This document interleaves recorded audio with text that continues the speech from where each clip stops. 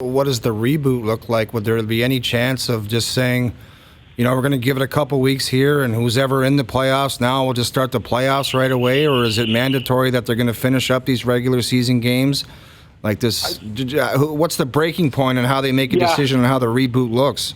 You know what, I've got to think they're going to have contingencies for absolutely everything. And if I know Gary Bettman and the National Hockey League, they will have detailed scenarios for each passing week. In other words, if it goes to this point, what's our game plan? If it goes, so what's the date today? Today is March the 12th. So let's say, start rolling things out for potentially having the ability to resume play on March 30th. What would it look like? Okay, at that point, we could finish the regular season or portions thereof. But it's obviously going to get to a point, at some point, you would think, where they might say, you know what, as much as we would like to maintain the integrity of the 82-game schedule, we can't. There's just not enough time to do that. The playoffs are what are of utmost importance.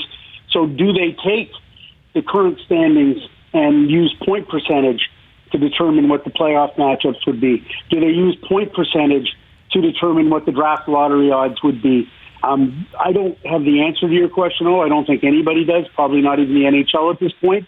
But I've got to believe that they, like all professional leagues, will be game planning for every possible contingency. And they'll have a rolling calendar that basically would have so many options. And that could include everything from we get to finish the regular season somehow, we have a full and complete Stanley Cup playoffs with 4 rounds, best of 7, same as we always do. Or, okay, well, we can't do the regular season, but we can do a full playoffs. Or, oh boy, we can't do the regular season, we can't do a full playoffs, so now it's going to be 8 teams instead of 16 teams, and it's going to be best of 5s instead of best of 7s, or it'll start on this date, and it'll just be a rolling thing of getting in and cramming as much as you can once the green light has been given to pull things back together again. But you've also got to allow for the possibility that maybe that green light won't come. We don't know. This is completely uncharted territory. We don't know when or if any of this is going to get back on the rails.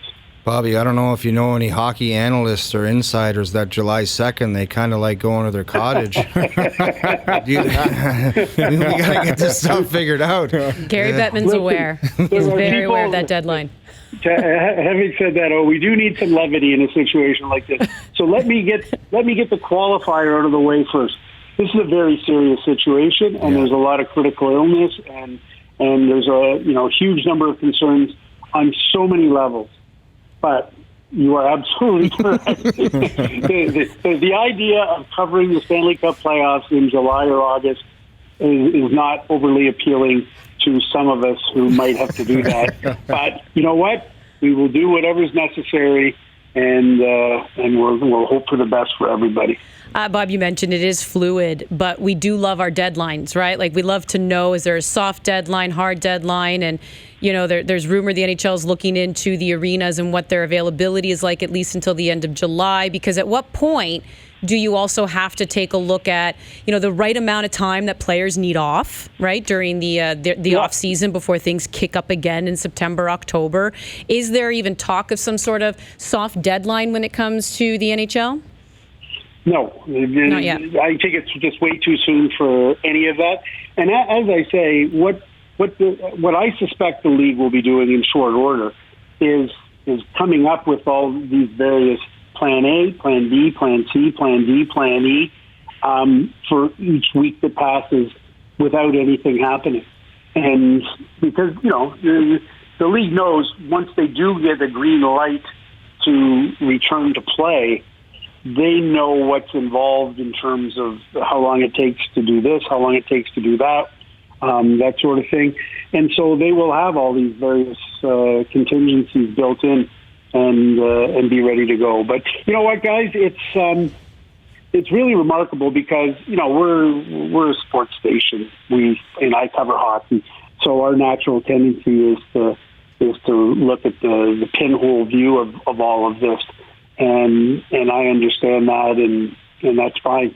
But I'm really interested in, a little bit, wouldn't want to say scared necessarily, but I don't know where this is going to go, societally speaking.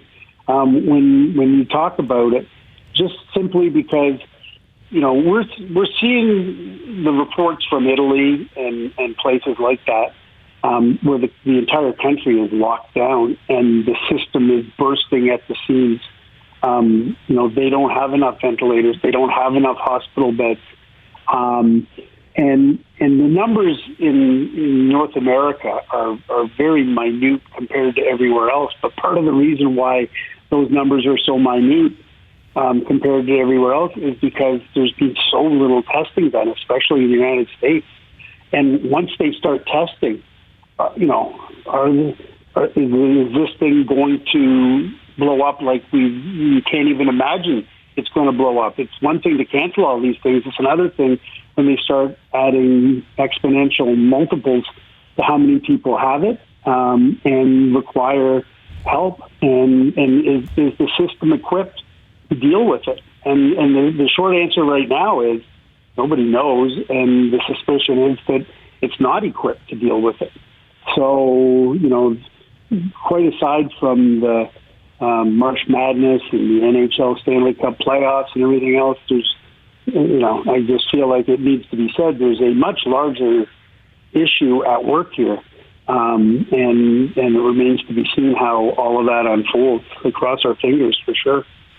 Yeah, listen, right now we're all just in the holding pattern, to your point. 2 weeks, 30 days, whatever it is here for everyone to figure it out. But the necessary steps are being taken, and I guess to ease some of those fears, Bob, I guess all you can do, Bob, is just, have faith that we're taking the right steps. And again, I keep stressing working together, not panicking, and just understanding that, governments at all levels are working to keep us safe. We've been through this before with 2009 and 2003, and now they're taking precautions with schools. After March break, they will take another 2 weeks off and then return on April 5th. Yeah, no matter what they do as far as taking the precautions, whatever they decide, I'm sure there's going to be, if you want to get just back into the sporting element of it, if they decide, if you're in the playoffs right now, when we said they were under suspension, or there's going to be some pissed off people. Oh, yeah. Winnipeg Jets would potentially miss by 0.01 of a percentage, I believe, right? Yeah, and they right now the Jets have more points than some of the teams that have a better point percentage than them.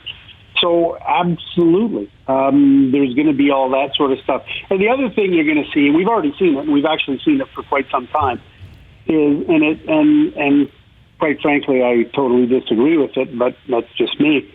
The people who say all of this is a gross overreaction, that's absurd. This is a global pandemic.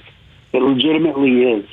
And there are a whole bunch of people out there who think this is, this is just gamesmanship, or this is just an overreaction. There's even people in the United States that think it's politically motivated to take down a president or whatever. Good God, what is wrong with people? Mm-hmm. My attitude on this is you can't take, there's no measures that are too extreme to take in this situation, because you're looking at the numbers and the exponential growth of the cases in the pandemic as it's happening around the world.